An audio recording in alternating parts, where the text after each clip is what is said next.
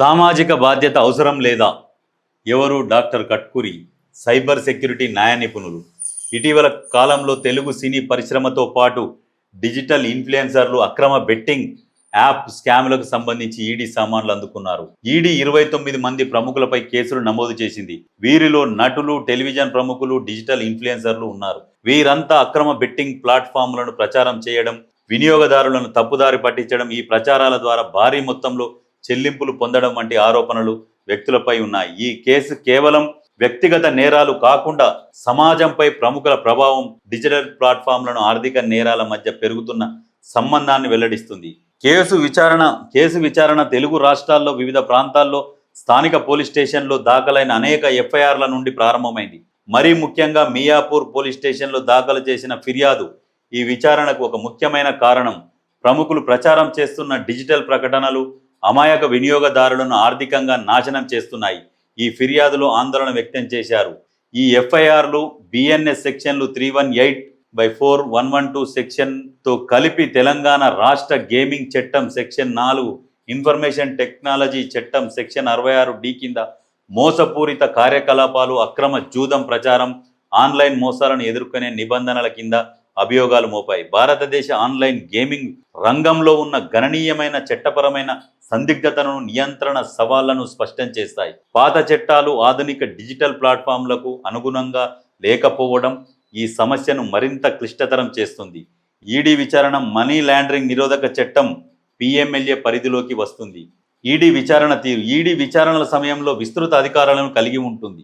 అనుమానితులు, సాక్షులు, సంబంధిత సమాచారం ఉన్న ఎవరికైనా ప్రశ్నించడానికి సమన్లు జారీ చేయవచ్చు. ఇది ప్రధానంగా మనీ లాండరింగ్ నిరోధక చట్టం, 2002 విదేశీ మారక నిర్వహణ చట్టం ఫేమా, 1999 ఫ్యూజిటివ్ ఎకనామిక్ అఫెండర్స్ చట్టం 2018 కింద నేరాలను విచారించడానికి బాధ్యత వహిస్తుంది. PMLA కింద దాని ప్రధాన విధి నేరాల ద్వారా సంపాదించిన ఆస్తులను గుర్తించడం, అటువంటి ఆస్తిని తాత్కాలికంగా జప్తు చేయడం, నేరస్తులపై విచారణ, ఆస్తిని స్వాధీనం చేసుకోవడం. అయితే మనీ లాండరింగ్ నిరోధక చట్ట ప్రకారం ఈడీ విచారణను ప్రారంభించినప్పుడు ECIR ఎన్ఫోర్స్మెంట్ కేస్ ఇన్ఫర్మేషన్ రిపోర్టును నమోదు చేస్తుంది.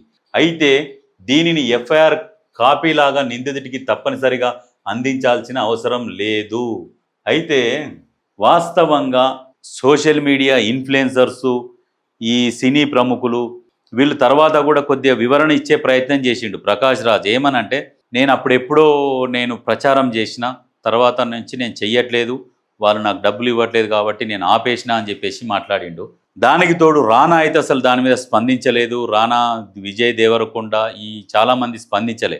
కాకపోతే ఈ బెట్టింగ్ యాప్లను ఎవరైతే ప్రమోట్ చేస్తున్నారో వాళ్లకు ఈ యాప్కి సంబంధించింది ఎవరు డబ్బులు ఇస్తున్నారు, ఫస్ట్ వీళ్ళకి ఎవరు డబ్బులు ఇస్తున్నారు ప్రమోట్ చేయమని, ఆ యాప్ను ప్రమోట్ చేయమని ఎవరు డబ్బులు ఇస్తున్నారు ఫస్ట్ వాళ్ళని పట్టుకురావాలి. వాళ్ళని పట్టుకొని వచ్చి కుసబెట్టి విచారిస్తే అసలు ఈ యాప్ ఎవంది, తెలంగాణ ఉందే అనేది తెలిసిపోతుంది. అప్పుడు ఖచ్చితంగా బెట్టింగ్ యాప్లు తెలంగాణ సంబంధించిన రాజకీయ నాయకునివే. 100కి 100% కాదు, 1000కి 1000% ఈ బెట్టింగ్ యాప్లు తెలంగాణ రాజకీయ నాయకునివే. ఆ బెట్టింగ్ యాప్ వల్ల ఆ రాజకీయ పార్టీని నడిపిస్తున్నారు.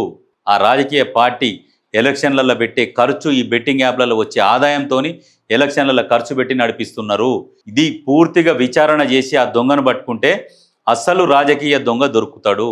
ఎందుకంటే తెలంగాణలో పర్మిషన్ లేని యాప్లను కూడా తెలంగాణలో రన్ అవుతున్నాయంటే గత 12 సంవత్సరాల నుంచి మీరు అర్థం చేసుకోవాలి. అంటే ఏ రాజకీయ నాయకుడి అండదండలు ఉన్నాయి. ఇప్పుడు వచ్చిన ప్రభుత్వం దాని మీద ఫోకస్ పెట్టలే. ఇంకా ఆ బెట్టింగ్ యాప్ ఎవరిది అనేది విచారణ చేసి వీళ్ళని లాగాలి. ఇప్పుడు సోషల్ మీడియా ఇన్ఫ్లుయెన్సర్ల మీద కేసులు అయినాయి. వీళ్ళకి డబ్బులు ఎవరు ఇచ్చిర్రు, వాళ్ళని పిలిపించి కూసబెడితే పూర్తి విచారణ జరిపితే అసలు దొంగ దొరుకుతాడు. ఎందుకు మరి విచారించలేదు? వాళ్ళకి ఎవరు డబ్బులు ఇచ్చిర్రు, ఎక్కడి నుంచి వచ్చినాయి, అది విచారణ చేస్తే అసలు దొంగ దొరుకుతాడు, అసలు రాజకీయ దొంగ దొరుకుతాడు. ఆ పార్టీకి డబ్బులు ఎట్లా ఖర్చు పెడుతున్నాడు, వాళ్ళకు సంపద ఎట్లా పెరుగుతున్నది, తెలంగాణ ప్రజలను ఏ రకంగా మోసం చేస్తున్నాడు అనేది క్లియర్గా మీకు అప్పుడు అర్థమవుతుంది. ఖచ్చితంగా అర్థమవుతుంది. 100కి 100% తెలంగాణ రాజకీయ నాయకునియే ఈ బెట్టింగ్ యాప్లు.